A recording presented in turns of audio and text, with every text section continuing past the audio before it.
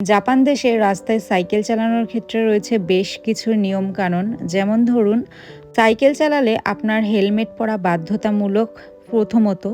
দ্বিতীয়ত, সাইকেল চালানোর সময় আপনি ছাতা ব্যবহার করতে পারবেন না। মানে আপনি যদি বৃষ্টি হয় তাহলে আপনাকে রেইনকোট ইউজ করতে হবে। তৃতীয়ত, সাইকেল চালানোর সময় আপনি মোবাইল ফোন ইউজ করতে পারবেন না এবং এই মোবাইল ফোন ইউজ করতে করতে যদি সাইকেল চালান এবং ধরা পড়েন তাহলে প্রায় ১,০০,০০০ টাকার জরিমানা হতে পারে। চতুর্থত, সাইকেলে আপনি ডবল ক্যারি করতে পারবেন না, মানে সিঙ্গেলই যেতে হবে। আর ফিফথ হচ্ছে, আপনি সাইড বাই সাইড সাইকেল চালাতে পারবেন না, যেরকম আমরা আমাদের দেশে করে থাকি, একসাথে অনেকগুলো বন্ধুবান্ধব মিলে সঙ্গে সঙ্গে সাইকেল চালিয়ে যাচ্ছি, তো সেটা একদমই হচ্ছে এখানে নিষেধ করা। আরেকটি বিশেষ নিয়ম হচ্ছে, আপনি ড্রিঙ্ক করা অবস্থাতে কোনোভাবেই সাইকেল চালাতে পারবেন না এবং এই নিয়মগুলো মেনে চলা জাপানে বাধ্যতামূলক, না হলে আপনাকে অনেক টাকা ফাইন দিতে হতে পারে।